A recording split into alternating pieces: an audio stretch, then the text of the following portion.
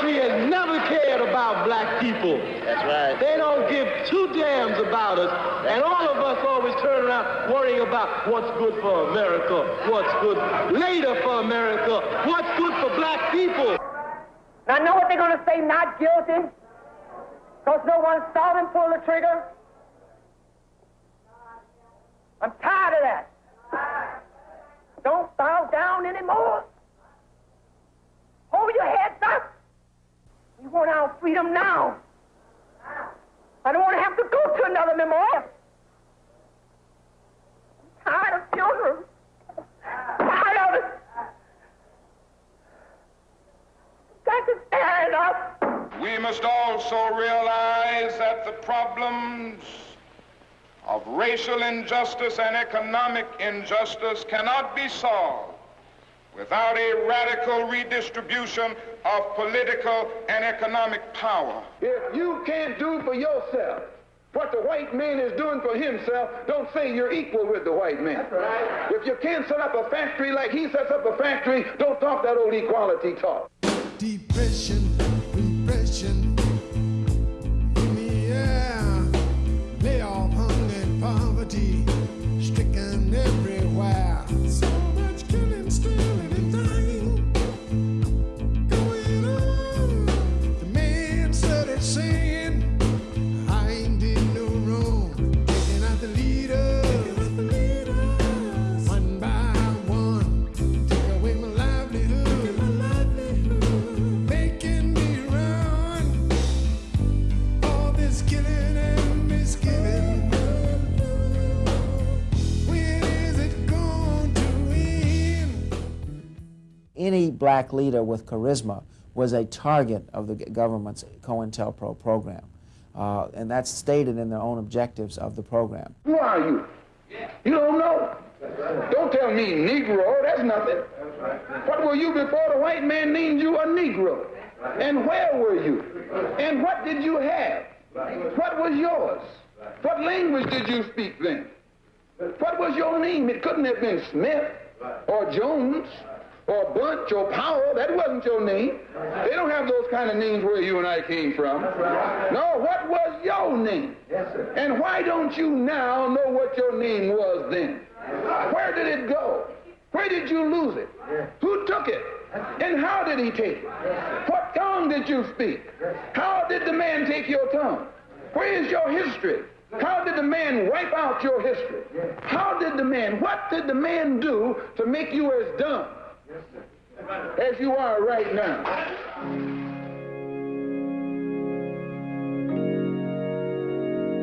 To kill the brother because he had began to take meaningful steps towards gaining the freedom for his people. He was taking steps to internationalize the black man's struggle and to take it to the United Nations, to take it diplomatically to the other countries around the world so that meaningful pressure could be brought to bear on the United States government and to force them to let his people go. We can't prove for sure that the FBI COINTELPRO program or an agent of the FBI actually killed Malcolm X. They were certainly trying to reach that end. They were articulating that goal, and they were taking steps in furtherance of that, trying to cause that exact same thing to happen which happened.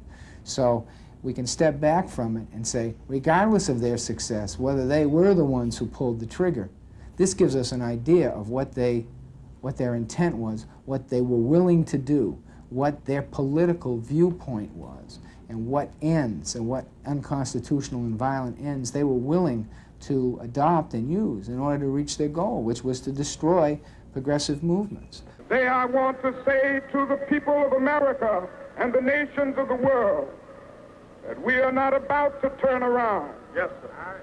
We are on the move now. Yes, sir. Yes, we are on the move, and no wave of racism can stop us. Yes, sir. The burning of our churches will not deter us. Yes, sir. The bombing of our homes will not dissuade us. Yes, sir. The beating and killing of our clergymen and young people will not divert us. Yes, sir. The wanton release of their known murderers will not discourage us. We're on the move now. Yes, sir.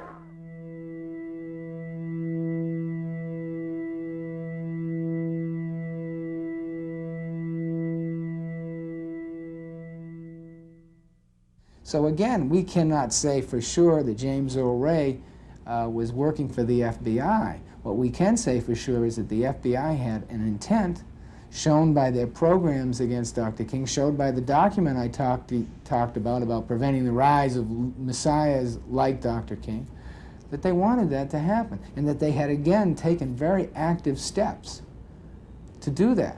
So then when Dr. King is killed a month after this document comes out, and after all of the attempts to get him to discredit him and to disrupt his organization, and in fact to have him do physical violence to himself and have others do physical violence to him, I mean, it becomes almost irrelevant whether they pulled the trigger or not.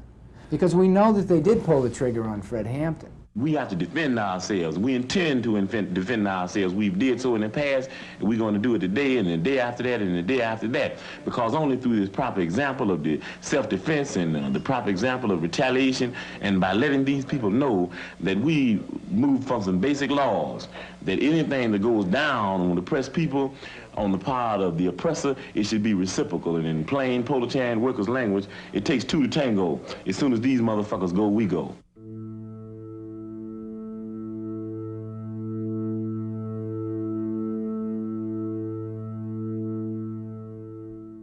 Fred Hampton was only 20 years old, but he had the ability to really move people, to speak in a way that got people going, that effectively seemed to energize them. He was beginning to develop a following, throughout the country, and he was a direct threat to the power structure that oppressed people. People learn by example. I don't think anybody has an argument with that. I think that when Huey P. Newton said that people learn basically by observation and participation, I think that everybody caught on to that. So what we're saying very simply is that if they learn by observation and participation, that we need to do more acting than we need to do writing. And I think the Black Panther Party is doing that. That we didn't talk about a Breakfast for Children program, we've got one. We're not going to tell you how many kids we intend to feed in Chicago. We're feeding 3,000 to 4,000 every week already, and I don't know how many all around the country. We're not talking about beginning to think about treating people free when they need medical services. We're opening a free health clinic in the city of Chicago in less than 3 weeks. These are the type of examples that people can relate to. The immediate, violent, criminal reaction of the occupants in shooting at announced police officers emphasizes the extreme viciousness of the Black Panther Party. So does their refusal to cease firing at the police officers when urged to do so several times. Ed Hanrahan, who was the political heir apparent of Mayor Daley, wanted to take credit for having killed this Black Panther leader. So he went on television, and he went on television explaining how Fred Hampton had come out of his bedroom firing a pistol, and how all the Panthers inside had repeatedly broken ceasefires and repeatedly fired at the police. The problem is when you fire a bullet, two things happen. You have a shell that comes from your gun, and you have a bullet that comes out the other end. When the evidence was all gathered, it turned out that all the shells that were found in the apartment came from police weapons, with the possible exception of one. All the bullet holes, the directions of those bullet holes, were all coming inside from outside. That is, showed that they were fired by the police. So that all of the evidence that Hanrahan said, all the evidence that was gathered proved that it was the police who fired, not the Panthers. Hanrahan went even further and actually pointed to places on the back door, which he said were evidence in pictures that the Panthers fired. The press themselves, when they looked closely at these pictures and returned to the scene, discovered that these were in fact nail heads and weren't bullet holes at all. The federal government at first appeared to be coming in and do a neutral investigation. And what the federal government did find, of course, was that it was the police and not the Panthers who had fired. Well, under their cover, though, the federal government, under the cover of appearing neutral, the federal government hid their own role, which was that it was their informant who had gotten a floor plan of the apartment, and their informant had given their floor plan to Ed Hanrahan's raiders. I was supposed to have been one of the murdered Panthers, okay? However, my plans changed that evening, and the informant, William O'Neill, was unaware of the change in plans that I had made. So my plans had changed, and I was not in the apartment.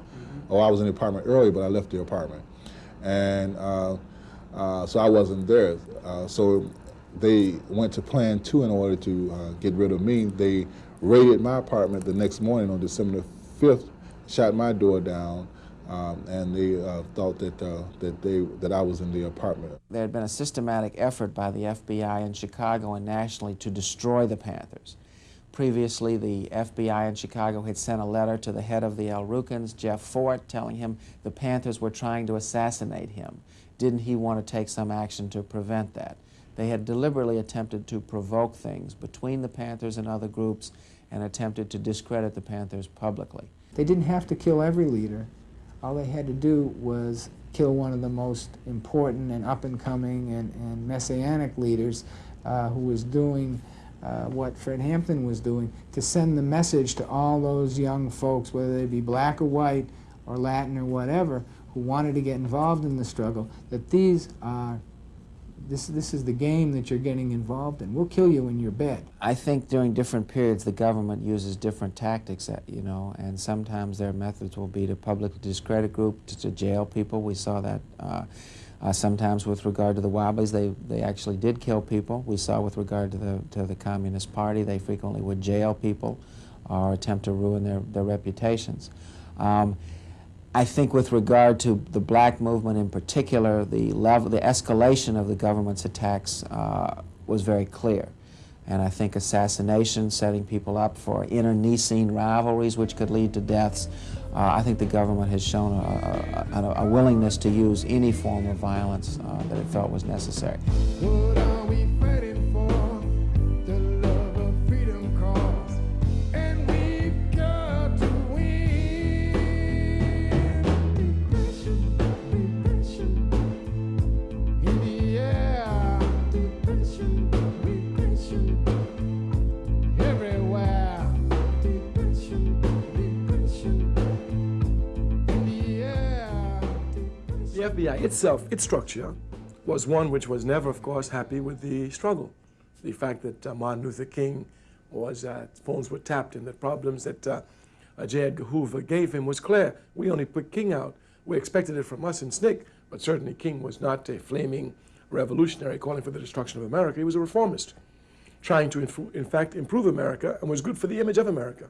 Within the FBI, who viewed itself as the vanguard of fighting, you know, communism and so forth, they were always afraid that civil rights and the thrust for voting rights and so forth was, quote, a communist plot. You take Martin Luther King, that is being led by communists all over this great country, feels that he has the key to the White House. He has the telephone call to the White House that can get anything he wanted.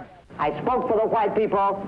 The white people rallied behind it, and we kicked the living hell out of the niggers, sent the out-of-town niggers to the hospital and out of the state, put back to their own hometowns where they ought to have been, and the niggers in St. Augustine got quiet and went back over to Niggertown where they belong. Our feeling was that the FBI agent from the South was indistinguishable from his community. The FBI had to work with the local law enforcements. That was their task. So it was clear here, first of all, they have comradeship from being in the same type of job, law enforcement agencies, and they were comrades from being in the South there together, not having too much work, joking together, and probably had social life together. And since the local police were the enemies, were our enemies, and the FBI was supposed to be our allies, it meant an automatic split between them, which never occurred. Well, I've just gotten through a couple of weeks ago with a 45 or 46-day battle of Ingram Park, I call it. That's the park there in Birmingham where we stopped Martin Luther King. And I mean, ladies and gentlemen, we had that nigger whipped. FBI in the South, rather than stopping Klan violence, would in fact allow it to happen. Mr. Schwartz. But that was the problem with the Birmingham Police Department. What about the FBI? Did you ever discuss with them why they didn't do anything? Mr. Rowe. Yes, sir. I was told by the FBI. They said, well, who the hell are we going to report it to? The police department was involved in it. The police department helped set it up. We are an investigating agency, not an enforcement agency. All we do is gather information. This was my answer. Mr. Schwartz. Mr. Rowe, were you an informant in the Klan? Mr. Rowe. Yes, I was. Schwartz. From when to when? Rowe. From approximately 1959 to 1965. Schwartz. In 1965, did you surface in connection with the murder case? Rowe. Yes, I did. Schwartz. Whose murder and what role did you play in that case? Rowe. I was in the automobile the evening that Mrs. Viola Louiso was killed by a Klansman. At the high point of FBI involvement with the Klan, 1 out of 4 Klansmen was an FBI agent. So a lot, if not all, of Ku Klux Klan policy and actions were being directed by or acquiesced in by the FBI. And this led to the FBI and its COINTELPRO program and its other racially oriented programs actually being implicated in and instigating crimes, civil rights crimes, murders and such things. The Birmingham church bombing, the assassination of the civil rights workers, the Freedom Riders, Viola Louiso, for one, the people in Philadelphia, Mississippi. That Rowe was involved in all of this, and he was an FBI informant. He's the one who pulled the trigger, or at least fired a shot in one of the incidents. He was involved in the bombing, and again, connected to the FBI. Hoover always felt that civil rights was a threat to the country. So not threat to the country. I don't believe he was a threat to the social order, to the order of things. And therefore, as the protector of not only, quote, the country, which he didn't believe that we were part of, but the order of things which he knew we weren't a part of, anything that threatened the order of things, he had a right to use tactics to destroy it. There was an explanation for why our housing was bad, our education was poor, our political power was limited, and that explanation was that we were held as colonial subjects within the United States. It's not a perfect explanation. It's an analogy to situations in Africa and in Asia that we could see that fit us.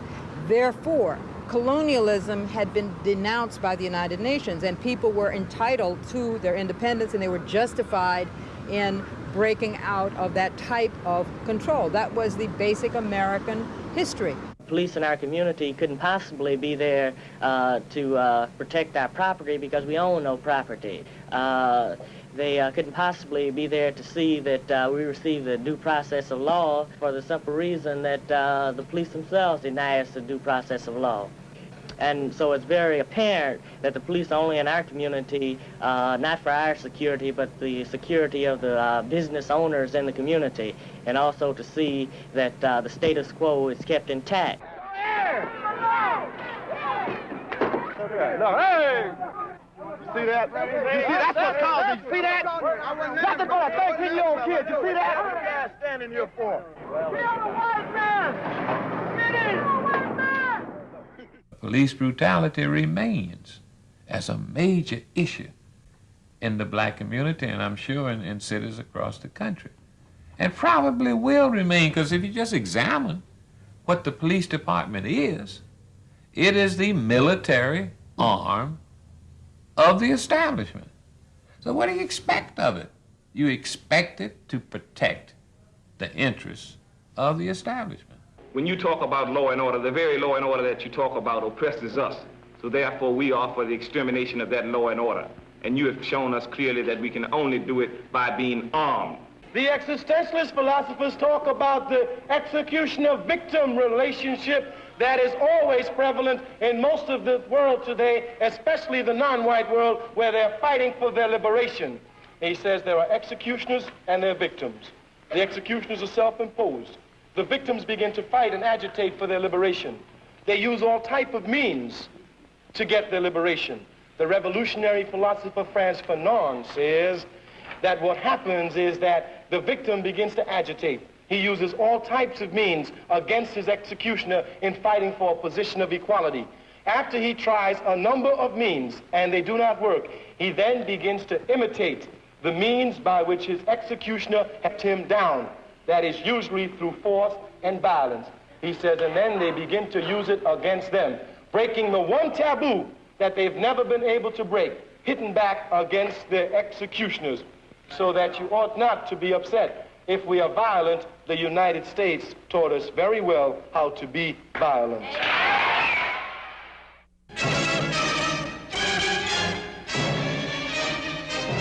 4 days of rioting, looting, and arson rocked the city of Detroit in the worst outbreak of urban racial violence this year. Entire blocks of homes become infernos. At least 36 are killed, more than 2,000 injured, and damage topped the $500 million mark. Governor Romney declares a state of emergency, requests federal troops and 5,000 paratroopers reinforce the National Guard, state and city police. The city's industry and business are severely affected, and a tight curfew is ordered in the Motor Center. A besieged city of guerrilla warfare. Sniper groups use day and night hit-and-run tactics before tanks move in to curb their window and rooftop barrage. Wreckage is everywhere. Civil rights leaders make a joint condemnation of the violence and call for an end to the rioting.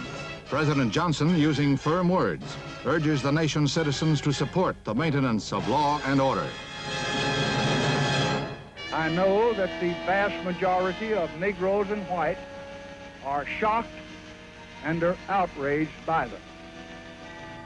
Pillage, looting, murder, and arson have nothing to do with civil rights. They are criminal conduct. Your president calls upon all of our people in all of our cities to join in a determined program to maintain law and order, to condemn and to combat lawlessness in all of its forms, and firmly to show by word and by deed that riots, looting, and public disorder will just not be tolerated. When they take care of the reasons, not only will they eliminate this one, but all others that will come about. I don't think it's over. I think it lasts until people understand what's going on. I know a lot of people, see. I know a lot of friends, but I know it's going to be tonight, it's going to be tomorrow night, and it's going to be until people straighten this out. I know when it first happened.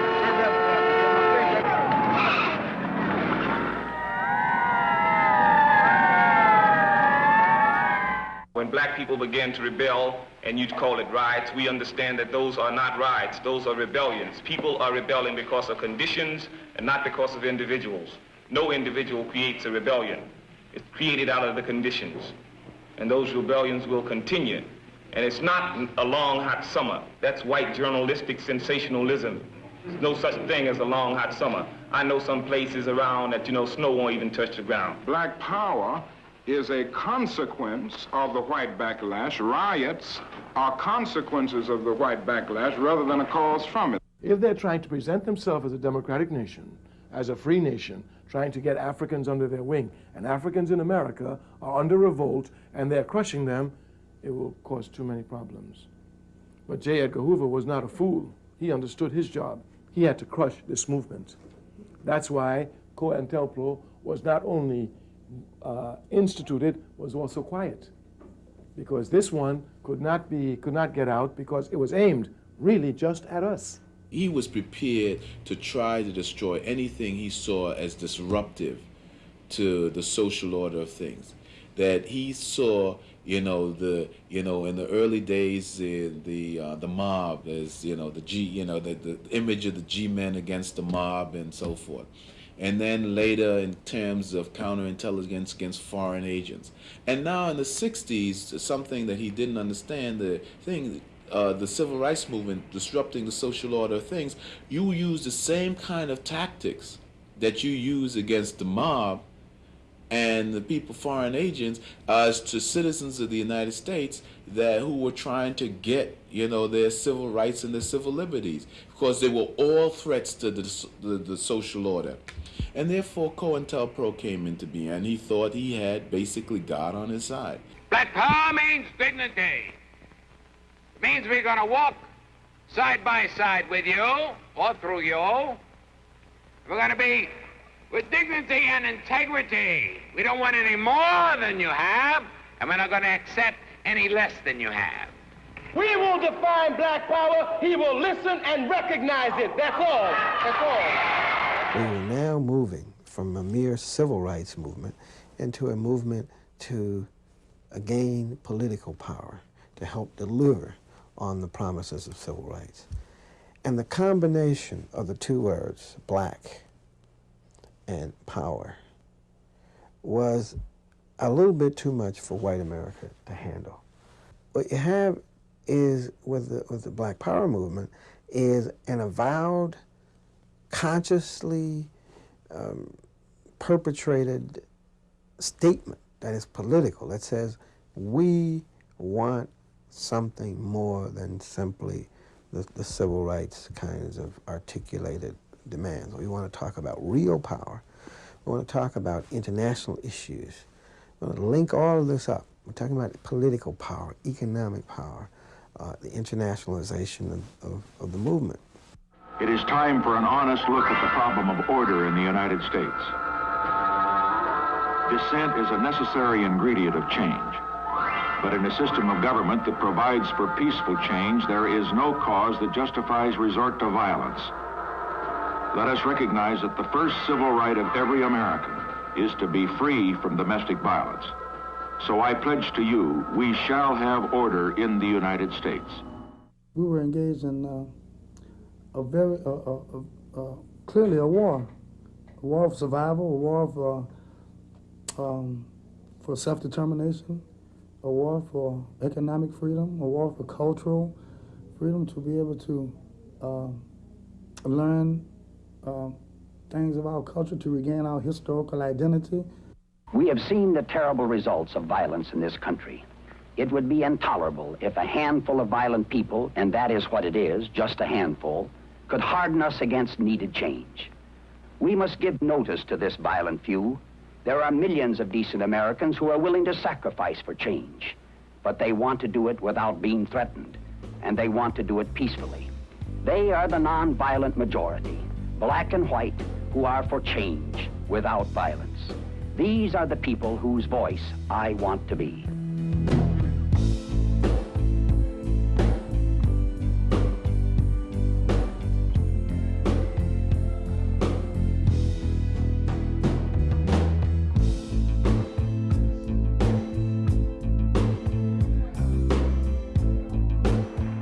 The question of whether or not violence is going to be used is not a question for the black community. It's a question for white America. Because white America is the one who's used violence. For 400 years, we have been the recipients of violence. We have never lynched, we have never shot, we've never burnt a church, we've never beaten people, we've never taken them to jail. That is the question for white America. The real question is, can she civilize herself before we get ready to civilize her? So this particular time in Chicago, I'm going down 55th on Prairie, and I see the helicopter. I get out the car and I'm looking, and some other people were looking too. And I look down and I see the cops. They were all burly white cops. This is like in the ghetto area. And they own this young brother who's on the ground. And I noticed some other people around. But it's hard even to recall all that because my mind began to really, it was like the whole thing changed. I saw Vietnam, I saw Bong San, Pleiku, Khantoum, all of these places I had been at, Bamba Tui, July, Coochie or whatever. And they all began to like metamorphosize almost in my mind. And I heard the cop talk in terms of detainees. And then later on in Los Angeles and then in New York, I heard that again. They had begun to even use the language. And so that brought home a lot of reality to me in identifying the brother on the ground with the Vietnamese or the Viet Cong on it, in which we had just got through doing that too. And the helicopters, almost the identical thing, but now we were the VC. In America, black people are treated very much as the Vietnamese people or any other colonized people because we're brutalized. The police in our community occupy our area, our community, as a foreign troop occupies territory. And we're just not concerned about the Vietnam War per se. We are concerned about the survival of black people in this country, and that we cannot survive if we go fight some yellow man in Vietnam who ain't never called us nigger.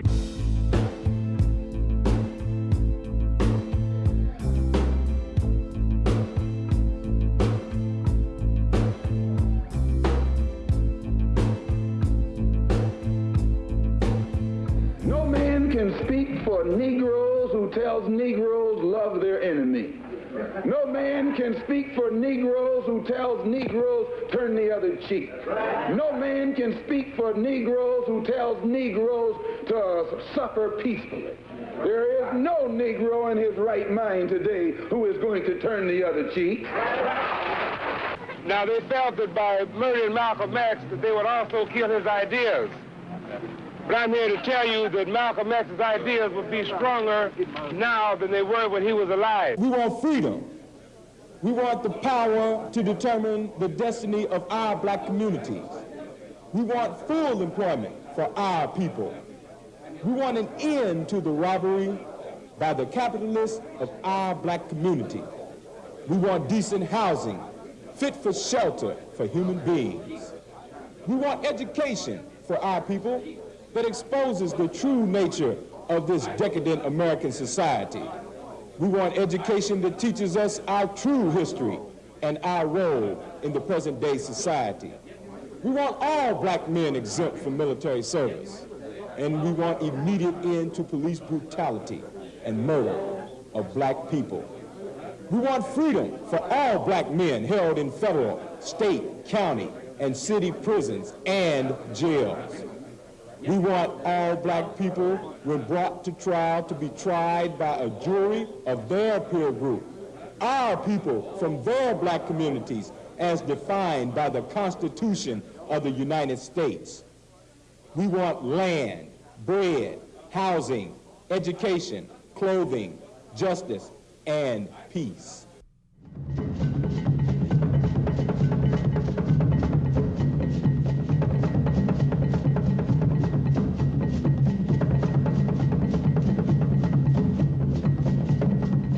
I think because the Panthers captured the imagination and the energy of young black people in the cities, I think that they represented a real possibility or potential for community control.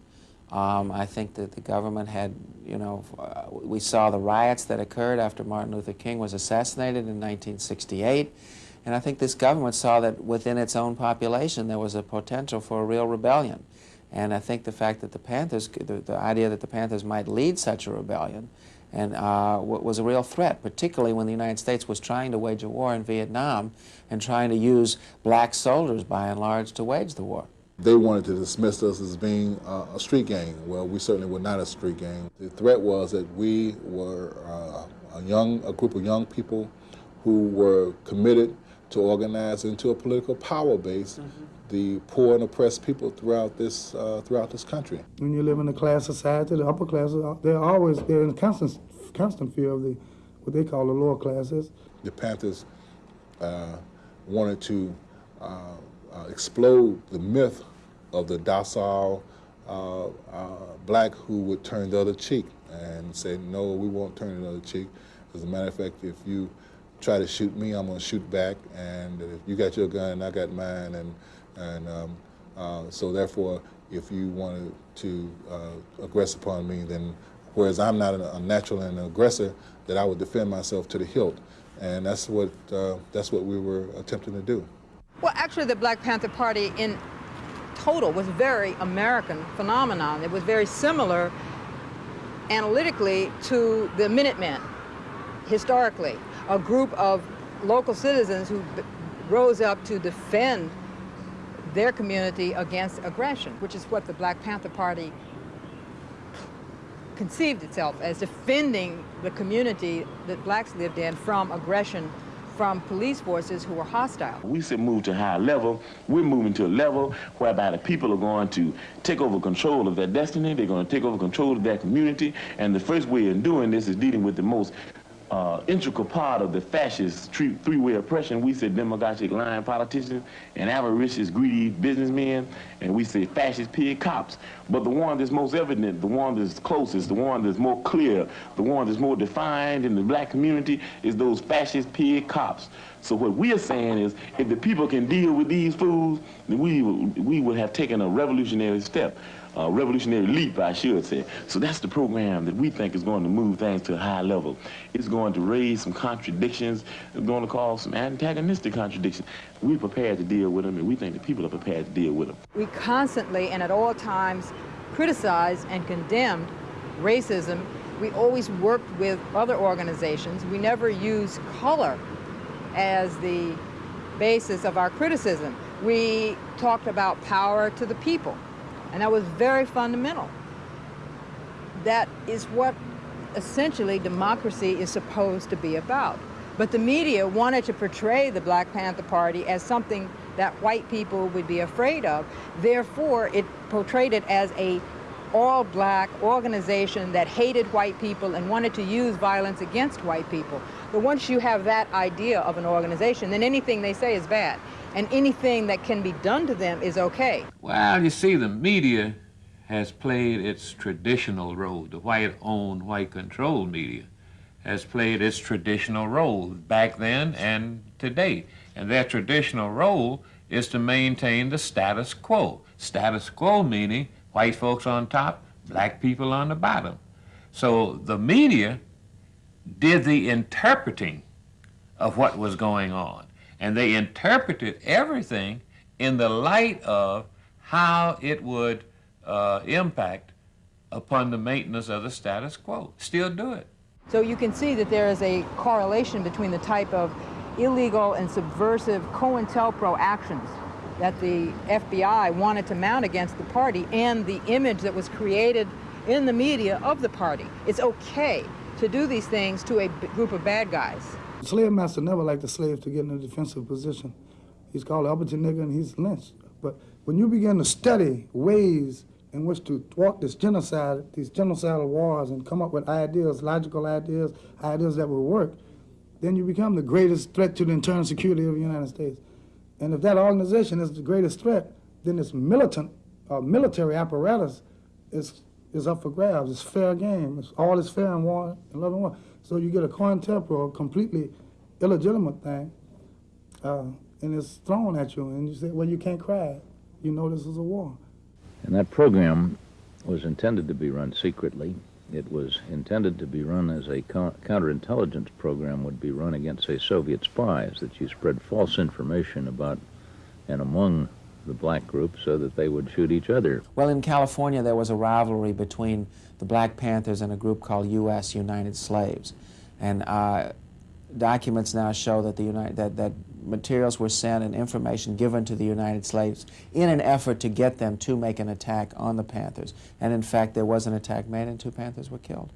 The FBI would get hotel stationery, type a letter saying that Connie had met with Huey and David, and they were really hostile toward Eldridge, and he should be very careful about how he deals with them. And it would be, the signature would be C. Then Connie would get back to Algiers and tell us about her meeting. We already had this letter. And then she'd say, but I didn't send you that letter. So then we'd say, oh, she's lying. In one situation, the FBI used a fugitive named George Sams, and they chased him across the country, and they would raid each Panther office just as he left, but they would use his supposed presence there as an excuse.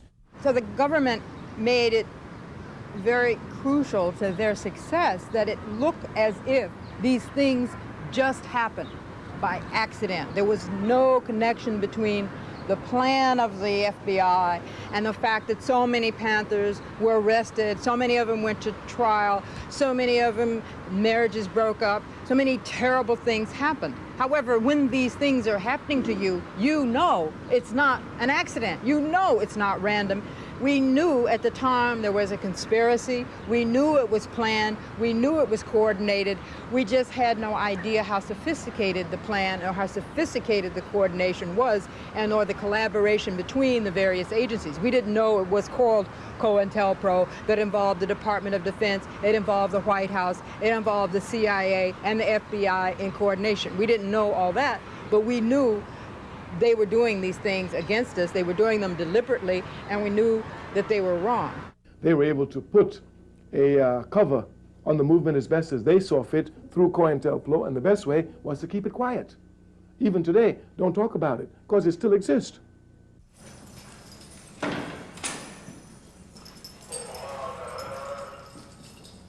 And what happened, it just went like this. No political, no politics. Next thing I know, I'm convicted of murder. They knew that they had this unsolved murder, and what we were told was that if in fact Pratt was not convicted in the shootout trial, which in fact he wasn't, then they had to come up with something else. They weren't going to let him out of jail. And like I said, I hadn't thought much of it because I was charged with the Tate LeBlanc murders before Charles Manson was charged with them. You know, because they had off the pig on the wall in blood. They picked me up for that before they even suspected Charles Manson. That'll give you an idea of how often I would be picked up and detained. At the time the tennis court murder occurred, I remember that Pratt came into the Bay Area, that he and Bobby Seale, David Hilliard came over to the place I was staying in San Francisco. We met one evening. The next day and the next 2 days, there were meetings at David Hilliard's house in Oakland, and he was there all the time. No matter what he did in 1968 or 69 as a Black Panther, he was arrested and charged with a murder.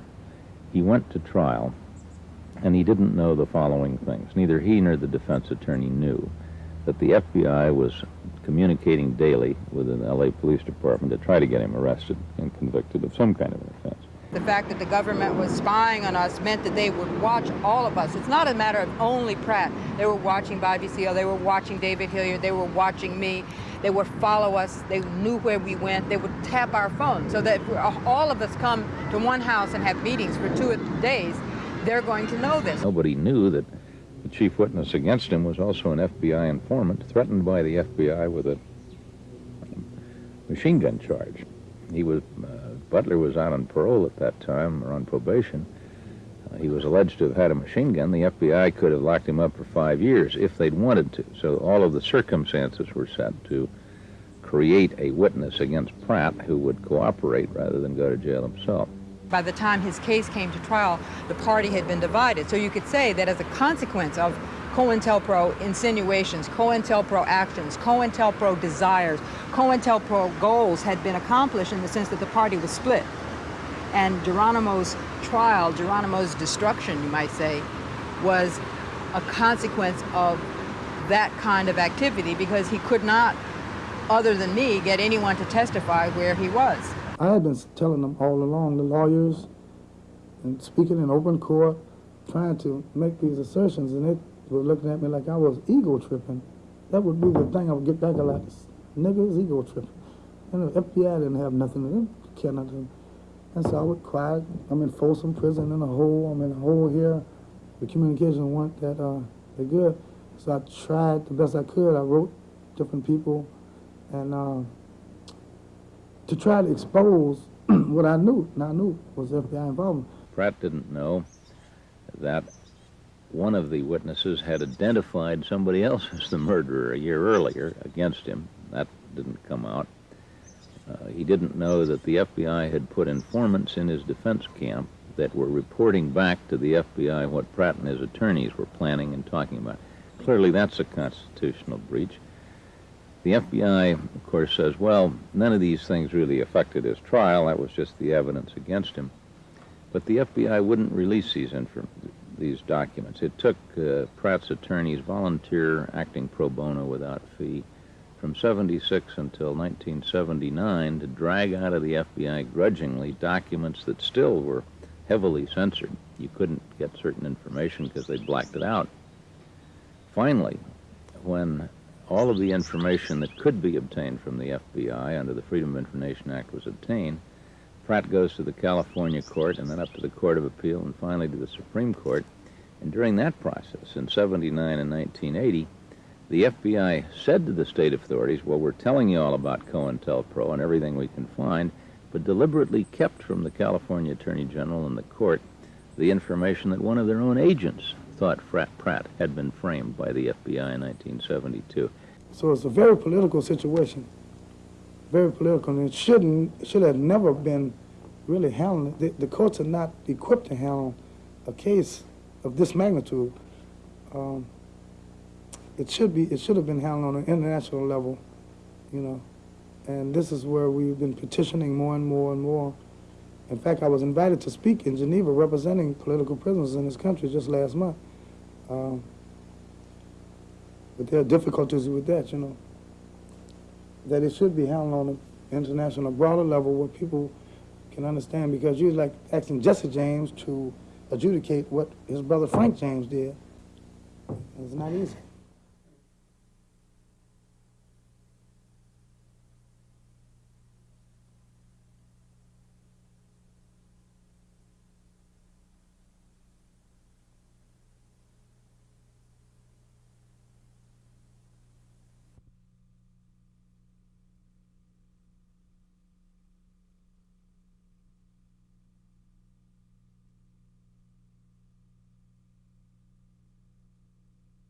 In spite of the fact that J. Edgar Hoover is no longer with us, we have some J. Edgar Hoover types, and they do what they can to make sure that the opportunity for self-expression is denied. And the fact of the matter is that in America, like in every other society, that it's prepared to tolerate injustice in order to maintain the social order. This is American justice. That's right. This is American democracy. And those of you who are familiar with it know that in America, democracy is hypocrisy. Now, if I'm wrong, put me in jail. But if you can't prove that a democracy is not hypocrisy, then don't put your hands on me. Democracy is hypocrisy. If democracy means freedom, why aren't our people free? If democracy means justice, why don't we have justice? If democracy means equality, why don't we have equality? Depression, repression,